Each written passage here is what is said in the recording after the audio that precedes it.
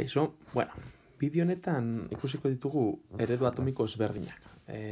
Bideo hau sortuta dago hirugarren DBH-ko ikasleek fisika eta kimikako irakasgaian, nola hasten diren eredu atomikoekin, gainbegirada bat egiten dugu, ikusten ditugu zenbait pertsona garrantzitsu haien atomoari buruzko ideiak, eta da idei pizkat globala izateko, leku askotan ez gara asko murgilduko, beraz, egon daitezke gauza batzuk norbait ikusterakoan esatea, baina hor beste zerbait ez den zuten edo beste modu batean azalduta, baina helburua da idei global bat izatea.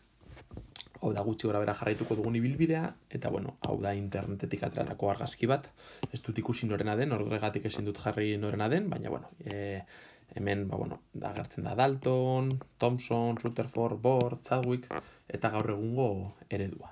Hasiko gara Demokritotik, eta joango gara, banan-banan, Schrödingerrera iritsi arte. Lehenik eta behin, hemen jarri dugu timeline bat, nahiko interesgarria da ulertzea gauzak zelan gertatzen diren historian jarrita, ezta? Hemen jarri dugu minus 2000 garren urtetik 2000 garren urterako denbora lerro bat, hemen jarri dugu 0, hemen jarri dugu Kristoren gurutzea, 0 garren urtean jaio zelako, orain esaten dute zera 0 garren urtean jaio, baina hemen datak ez daude guztiz ondo jarrita, eskalak ez daude oso ondo mantenduta, baina da bakarrik gainetik ikusita ideitxo bat izateko. Hemen jarri dugu Erromako imperioa edo erreinua zegoela, Kristorekin kointziditu zuen 0 garren urtean, nola Erromatar imperioa barbaroekin bukatu zen, gauza gehiago gertatu ziren, Romaren zatiketa eta barbaro jarri ditugu, eta gero nola ostean erdiaroa agertzen zaigun, jarri dugu hemen gorriz, nola sorginak eta erretzen zituzten, eta zelan aro beltza eta iluna izan zen,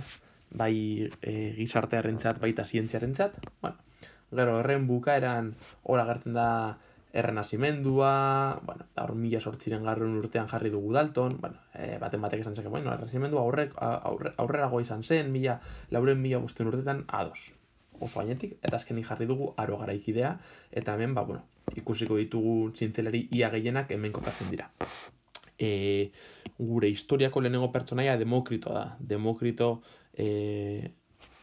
Greziako tipo bat zen, pentsalari bat, eskola atomista sortu zuena, eta argi izan behar duguna da, Erromatar imperioaren aurretik egon zela imperio helenikoa, Greziarren imperio, eta hemendik kokatuko genuke, eta izen grekoak entzuten duzunean, goraitu behar duzue, Erromatar imperioa baino pizkat lehenago, pia kointziditu zuten denbora jakin batean, baina idei orokor bat egiteko, izan zen, Kristo aurretik 400 garren urtean gutxi gora bera hor egon zen Demokrito.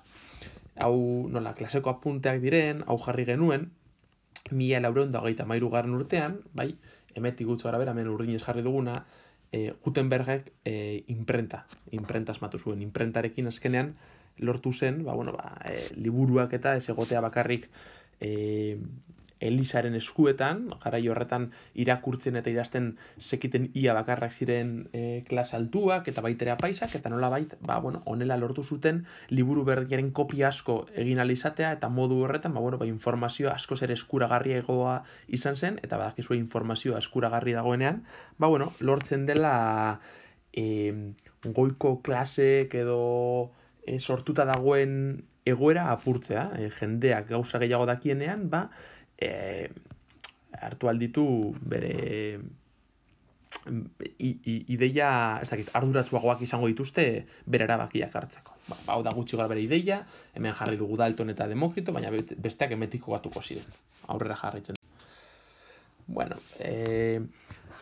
Begiratu aldugu eta badaude Demokrito baino lehenagoko beste batzuk, zientzilariek eta historiatzaileek, Mosko de Sidon jarri dituzte, Leucipo, baina gu Demokritorekin jarriko gara.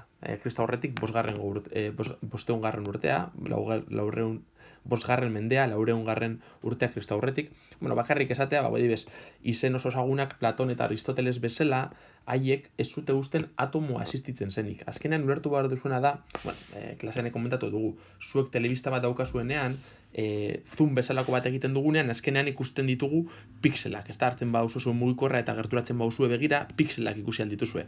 Ba, logika horrekin, materia aurrera eginez gero, kapasak izango ginateke ikusteko materiaren zatirik txikiena, edo beti halko genuke jarraitu. Hau da, existitzen da materiaren pixela, edo pixel hori heltzerakoan jarraituz gero jarraitu halko genuke. Ba, hori da pizkat ideia. Atomoak existitzen dira, edo materia erabat jarraia da eta infinituki txikia. Bueno, ba, Demokritok defendatzen zuen atomoak existitzen zirela, eta Platon eta Aristotelesek aldiz, esaten zuten ezetz. Baita ere esatea, atomo hitza nondik datorren. Tomo hitza, ez dakit, etxean dauzkazuen entziklopediak eta tomoetan banatzen ziren. Hain ziren handiak eta pisutsuak, tomoa da zatitzea, ezta? Entziklopedia horiek zati ezberdinetan banatzen ziren. Zer da A? Osorza da, jartzen zuen normal hitza eta gero anormal. Justo kontrako, ezta? Bau da berdina. Tomoa zatitzea edo zatia bada, atomoa izango da zatitu ezin daitekena. Beraz, atomo hitza esan nahi duena da zati ezina. Hemen komentatu nahi nuena da, Demokrito bere buruarekin eta beste zenbaiten laguntzarekin heldu zen atomo kontzeptura. Baina Demokritok egiten zuena zen zientzia, intuizioa zen. Ez zeukan erramintak, ez zeukan baliabideak ziurtatzeko atomoak existitzen zirela. Berak esaten zuen atomoak existitzen zirela, asmatu zuen, bere oinarriak izango zituen, baina bera intuizioa zen. Beraz ezberdintzea garai horretan egiten zena, ez zela zientzia, intuizio kontuak. Erabiltzen zituzten logika, baina hori ez zen nahikoa. Zientzia goratu, metodo zientifikoa jarraitu behar duela, eta nolabait gauzak frogatu behar direla. Garai horretan usten zuten gauzak, lau elementu nagusi zaudela, ezta ura, lurra, airea eta sua, eta lau elementu horien arteko kombinazio ezberdinekin lortu zirela gaur egun aurkitzen diren gauza guztiak. Gaur egun badakigu hori ez dela horrela, existitzen direla elementu kimikoak, eta, ikasle batek gaur klasean galdetuen bezala. Horrek esan nahi du urte batzuk barru, igual gu pentsatzen duguna txarto dagoela, orain guk ikusten dugun bezala aurretik egiten zutena? Izan daiteke, zerraitik ez, zientzia aurrera doa, eta orain ondo dagoena, etorkizunean, ez da nahikoa izango. Gauzak txarto eta ondo egon beharrean esaten da ez dela nahikoa edo informazioa zabalagoa lortzen dugu. Salto egiten dugu ja Daltonen teoria atomikoa arte. Fijatzen bazara eta hoia 1800 urtean. Aurrekoa Demokrito Kristo aurretik 400 urte zen. Horrek ez nahi du, bi hoien artean 2000 eta piko urte pasatu direla. Hemen nire ustez garrantzitsuna da ulertzea bitartean erdiaroa egon zela.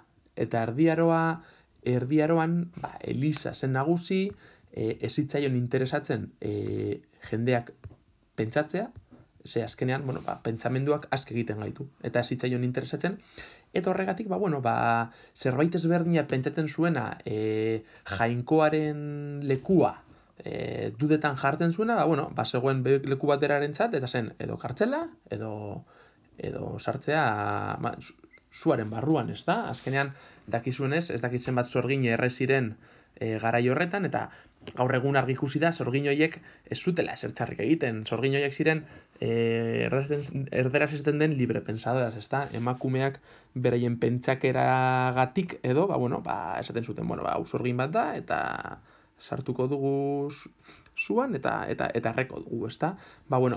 Horrekin, zientzia aurrera egitea oso zaila da, eta beti ulertzeko zergaitik zein nahi zaila, zuek imaginatu, zuen etxean zaudetelarik, lortzen duzue informazio oso garrantzitsu bat, aurrerapen oso teknologiko edo zientifiko bat, eta dakizu esatekotan, aukera daukazue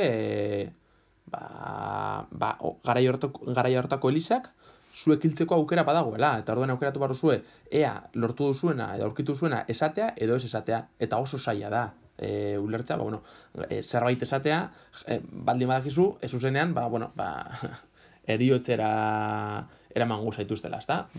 Hori behin esan da, ulertzen dugu zergaitik garai horretan oso zaila zen aurrerapen teknologiko eta zientifikoak izatea. Hala ere egon ziren. Daltonekin jartzen gara.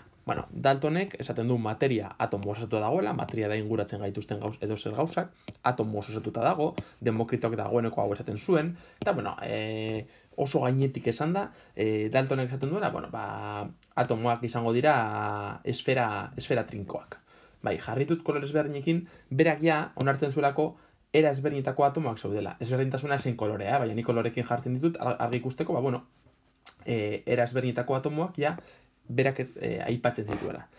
Esaten zuen, atomoak batzen zirenean, lortuan zirela alde batetik sustantzia simpleak, eta sustantzia simpleak izango ziren bertan zeuden atomo guztiak berdinak baziren. Bestetik, konposatuak izango ziren, era ezberdinetako atomoak haien artean kombinatzen zirenean, lortzen zena konposatuak izango ziren. Beraz, ez den du materia atomo sartuta dagoela, eta atomo horiekin sortu aldirela sustantzia simpleak edo konposatuak. Baita ere, erreakzio kimiko, gaur egungo erreakzio kimikoak nolabait haien buruz hitz egin zuen, eta berak esaten zuena zen hurrengoa. Bi konposatu kasu honetan, ez da? Atomos ezberdinez osatutako gauza diren, hau izango zen konposatu bat, beste konposatu bat, haien artean batzen direnean, bukaeran lortuko duguna, berak ezekien olakoak izango ziren. Baina argi zekoana zen, hemen, eskerrean, hau da, hasieran, atomo berde bat eta atomo berde bat izan ezkero, bukaeran, bi atomo berde agertu bar zirela. Hau da, atomo berdeak ez zirela, ez desagertuko, ez sortuko. Nolabaiteko balantzea egon bar zela, honen artean eta honen artean. Oreka bezalako bat. Nik klasean esaten dudan izaten da, imaginatu sartzen dituzuela bi konposatu hauek kutxa baten barruan, hasten zarete kutxa oso gogorra astintzen, apurtzen dira konposatuak eta haien artean berriz ere lotzen dira, berri batzuk lortzeko. Baina kutxa zabaltzerakoan, hasierako pelota edo atomoen kantitatea eta mota berdin izango da. Hemen daude 6, hemen daude 6. Eta koloreak begiratzen badituzue, hemen bi berde, hemen hori bat, berdina izango dira hemen. Hori kontserbatzen da. Hori ja Daltonek esan zuen. Beranduago hemen daukagu Thomson, zenbait ideia Thomsoni buruz. Thomsonek zekien atomoa neutroa zela. Neutroari buruz hitz egiterakoan, esatea, existitzen da gauza bat dela karga elektrikoa, ez gara sartuko zer den horretan, baina, existitzen da karga positiboa, karga negatiboa, eta bazekiten atomoak, bere osotasunean, kanpote ikusita, ez zeukala kargarik. Horrek esan nahi du barruan ez zeudela kargarik? Ez. Horrek esan nahi duena da, barruan zeuden karga positiboa eta karga negatiboa berdinak izan bar zirela haien artean anulatzeko eta guztizko karga nuloa izateko. Hori da, atomoa neutro izatea. Bere karga netoa edo guztizko karga, zero izatea. Ez du esan nahi barruan kargarik ez egonik. Zergaitik zekiten atomoak neutroak zirela? Zerbait karga daukanean, badauzka bere propietatea berezi batzuk, eta atomo normaletan esen hori ikusten. Beraz, bazekiten atomoak neutroak zirela. Horretaz aparte, Thomsonek egin zuen esperimentu bat, izpi katodikoen metodoa, eta esperimentu horretan berak ikusi zuen elektroiak existitzen zirela. Zer ziren elektroiak? Karga negatiboa zuten partikula oso txikiak atomoen barruan. Ja agertzen dira partikula azpiatomikoak. Atomoak baino txikiagoak diren partikulak. Haien artean elektroiak. Beraz, berak proposatzen du eredu atomiko bat alde batetik zinetan atomoak neutro diren eta bestetik elektroiak barneratzen dituena. Berak basekin elektroiak existitzen zirela, nolabait sartu bar zituen bere ereduan barruan. Zelan egin zuen? Historikik deitzen da pudding de pasas edo plum cake inglesez. Google-zen azaltzen dugu mortadela olibekin. Olibak dira hauek berdeak, izango direla negatiboak, eta mortadela, salamia edo nahi duzuena, izango du karga positiboa. Horrek esan nahi du, agertuko direla karga positiboak solte? Ez. Salami osoa izango da positiboa. Eta, hemen dauden olibak, negatiboak. Zer lortzen da? Hemen dagoen karga eta hemen inguruan dagoen karga berdina izan behar du, neutroa izateko. Eta baita ere, agertzen dira elektroiak. Beraz, Thomsonek bere bi ideiak hemen azaltzen ditu. Ondoren dator Rutherford. Rutherford esperimentu bat egin zuen. Berak jartzen zuen hemen urrezko safla bat. Azkenean, zein da Rutherforden helburua? Guk ezin dugu ikusi zer dagoen hemen barruan. Egingo duguna da nolabait bombardeatu, tirokatu, eta ikusita tiro horiek zenolako ibilbideak jarraitzen duten ondorioztatuko dugu hau zer ez dagoen eginda. Imaginatu, ni nahi dudala jakin etxe bat nolakoa den. Tirokatzen badut kanpotik eta ikusten badut nire tiro guztiak pasatzen direla, esango dut etxea hutsik dagoela. Ikusten badut nonbaiten, desbirapen bat dagoela, jakin gautu hor zer dagoen, eta ikusten badut tiro bat botatzerakoan zuzenean bueltan datorla, basan gut, hor puntu horretan zerbait nahiko potentea egon behar du, ze kapaz izan da nire bala nolabait guztiz desbideratzeko, ezta? Hori da Rutherfordek egin zuena, alfa partikulekin. Alfa partikulak izango dira lerro berde hauek, eta hemen jarri zuen urrezko saflea. Urrea, bere simbola, aurum, latinez esaten delako. Tirokatu zuenean, ikusi zuen zelan alfa partikula batzuk zuzenean pasatzen zutela inolako arazorik gabe, nola beste batzuk desbideratzen ziren, eta nola beste batzuk kontra talka egiterakoan, bueltan itzultzen zirela. Eta honela, informazio nahikoa zuen bere eredua azaltzeko. Eta bere eredua, horrelako zerbait da, oso traketz marrastuta, 1911 urtean proposatu zuena, zer da garrantzitsuena eredu honetan. Alde batetik berak esaten du, atomoa ez dela zerbait trinkoa, zerbait solidoa izango. Izango du bere nukleo eta bere azala. Zer komentatuko dugu hemen? Berak bazekien, nola azkenean izpiak gehiengoa pasatzen zen, bera bazekien atomoaren ia gehiengoa utzik egongo zela. Zergaitik alfa izpi guztiak edo gehienak pasatzen zirelako arazorik gabe. Hoietako batzuk pasatzen ziren elektroiak zeuden lekutik oso gertu eta beraz desbideratzen ziren. Beraz berak esan zuen, inguruan egongo zirela zeinbait elektroi, birak emoten nuklearen inguruan. Eta nola ikusi zuen izpi batzuk talka egiten zutela eta buelta ematen zutela, baina oso gutxi, berak esan zuen, egongo da nukleo bat oso txiki erdian. Irudi hau, erabat okerra dago eskarak ez direlako mantentzen. 189 baino gehiago utzik dago. Imaginatzen baduzue, futbol zelai batean, erdian jartzen badugu nukleoa, golfesko pilota bat zelaiaren erdian jartzen badugu, elektroiak egongo ziren zelaiaren kanpoaldean birak emoten. Hau da, eskala da askoz ere handiagoa. Hau da, askoz txikiagoa eta elektroiak oso urrun daude birak emoten. Beraz, garrantzitsuena guretzako Rutherforden ereduan da alde batetik esaten duela, ja ez duela balio Thomsonek proposatutako eredua, zergaitik, Thomsonen eredua ez delako kapaz azaltzeko berak bere esperimentuan ikusitakoa, eta beraz, egon behar da alde batetik elektroiak inguruak birak emoten, eta baita ere sartzen du atomoaren nukleoan agertu behar direla partikula batzuk hauek ja positiboak izango direnak protoiak deitzen direnak. Hemen, ikusten duzuenez, atomoa jarraitzen du neutroa izaten, elektroiak daude, eta orain protoiak baita ere. Protoiak izango dira baita ere partikula azpiatomikoak. Ondoren dator Niels Bohr, sekulako zientzialaria. Dinamarkakoa zen, 1913 urtean proposatu zuen bere eredua, hemen jarri dugu esbastika, zue jakiteko, Niels Bohr eta naziak garaikideak izan zirela. Niels Bohr baitaren garaikidea izan zen Einsteinekin. Baude liburu asko idatzita, zelan Bohr eta Einstein zeuskaten idei ezberdinak, baina hien arteko eztabaidak erabateko sustada eman ziola garai hortako zientziari. Zergaitik azaltzen duta guztiaz, igual ikusten duzu hau, eta esan duzuen, Bohrrek proposatutakoa izan zen kakasolte bat. Ez proposatu zituen gauza asko eta hobekuntza asko, baina nola, gure mailatik asko urruntzen diren, saiatuko gara bakarrik azaltzen gauza, gutxi batzuk. Alde batetik, berak badaki jarraitzen du esaten berdina. Erdian dagoela nukleoa protoiekin eta elektroiak inguruan. Baina orain, elektroiak biraka egongo dira, baina ez dira egongo biraka edozein modutan. Egongo dira orbita zirkularretan, Orbitak izango dira zirkularrak. Ikusten duzunez, hauek zirkulo osonak ez dira, baina marraztu ditut ez dakiz minututan, hasi que onartu barko didazue. Baina orbita zirkularretan. Eta edozein orbita ez da posible. Hau da, berak esaten duena da, elektroiak mugitu aldira, orbita honetan edo honetan. Ezin dira hemen erdian egon. Beraz, orbitak kuantifikatuta daude. Orbita hau posiblea da, orbita hau posiblea da, baina hemen elektroia erditik ezin daiteke mugitu. Elektroiak salto egin dezake orbita batetik bestera? Bai. Eta salto hori egiterakoan, fotoiak askatzen ditu, edo salto egiteko fotoia behar du, hori ez dugu asko azalduko, baina bakarrik esatea laserreren funtzionamendua horretan dagoela oinarrituta. Salto hori egiterakoan fotoiak askatzen dira, eta, sin más, horretan gara sartuko. Baina, klasean zelan asalten dugun hau. Gu klasean dauzkagu ilara ezberdinak, ezta? Zinetan aurkiak jartzen ditugun.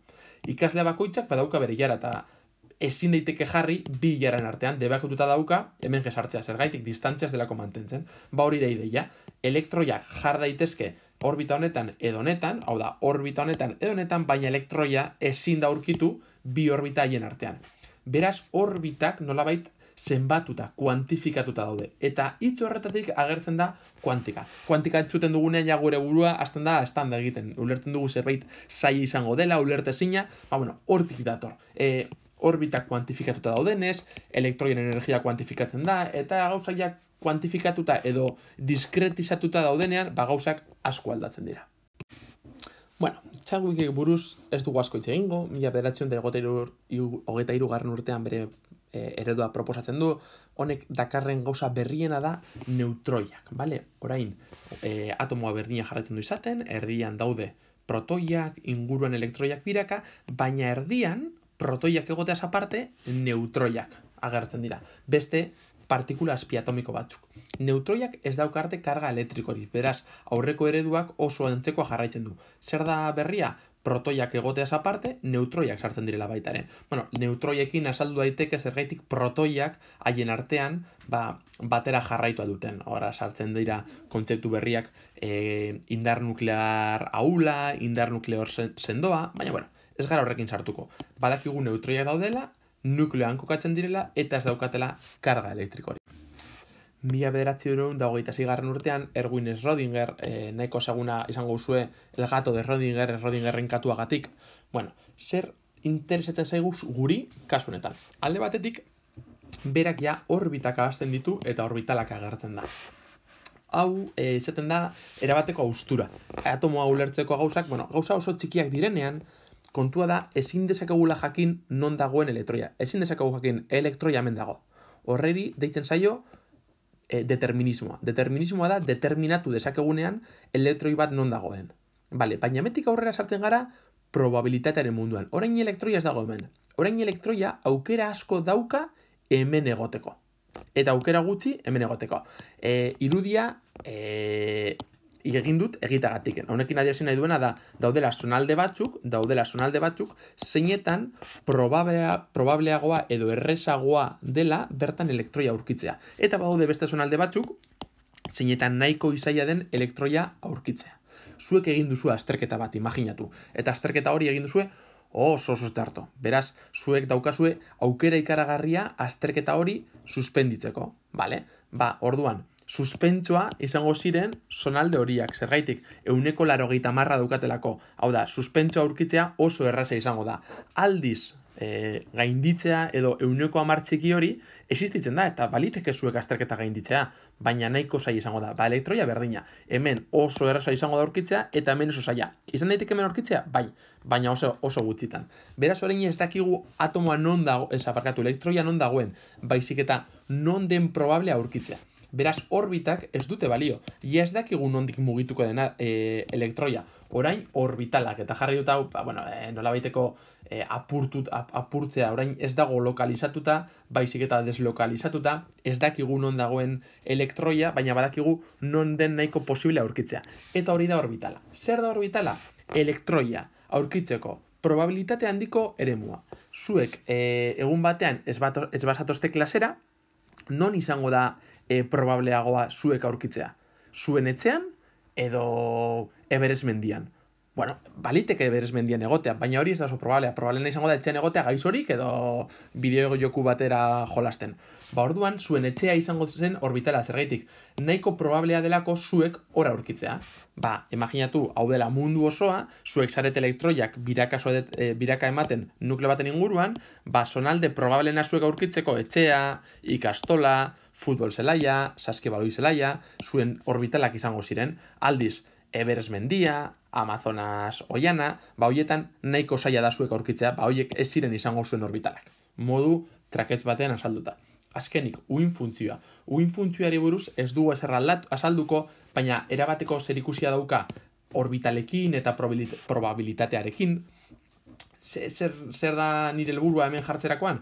Zuek jakitea Schrödinger erabat lotu behar dugula uhin funtzioarekin. Eta etorkizunean, emetik jarraitzen duzuenok, uhin funtzioa entzuten duzuenean, Schrödingerren eta errealitatearen ulerpen probabilistikoarekin zerikusia daukala.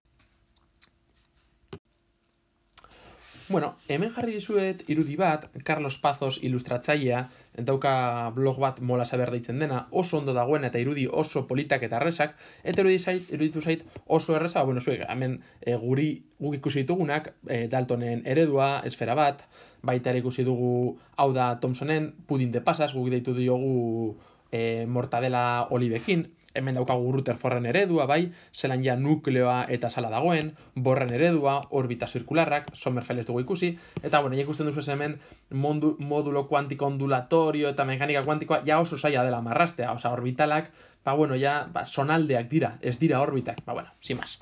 Jarri zuet jakiteko, eta sartu albazarete hemen, bueno, nahiko interesgarri. Vale. Gaur egungo ereduan, eta hau da, ja pizkatxo bat, nahi baditugu ariketak egin, eta oso gainetik azalduko dugu, gaur egungo ereduan elementuak, bai, taula periodikoan ordenatzen dira. Ez dugu hemen sartuko taula periodikoa, baina taula periodikoaren itxura badakizue, eta taula periodikoa laukitxo asko dauka. Eta laukitxo bat hartzen badugu, honen itxura izango du.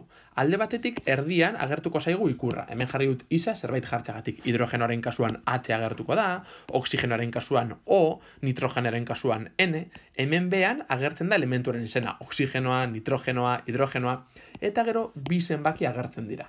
Batzuetan orden honetan agertzen dira, beste batzuetan hau agertzen da hemen eta hau hemen azpian, zelan beriztu alditugu zenbaki bat eta bestea. Z beti izango da A baino txikiagoa. Hemen agertzen bada bi eta bost, egingo dugu bost izango dela A eta Z izango dela bi. Zenbakirik txikiena beti izango da Z eta handiena A. Z honek izen bat dauka eta ditzen da zenbaki atomikoa. Eta A zenbakia dauka zenbaki masikoa.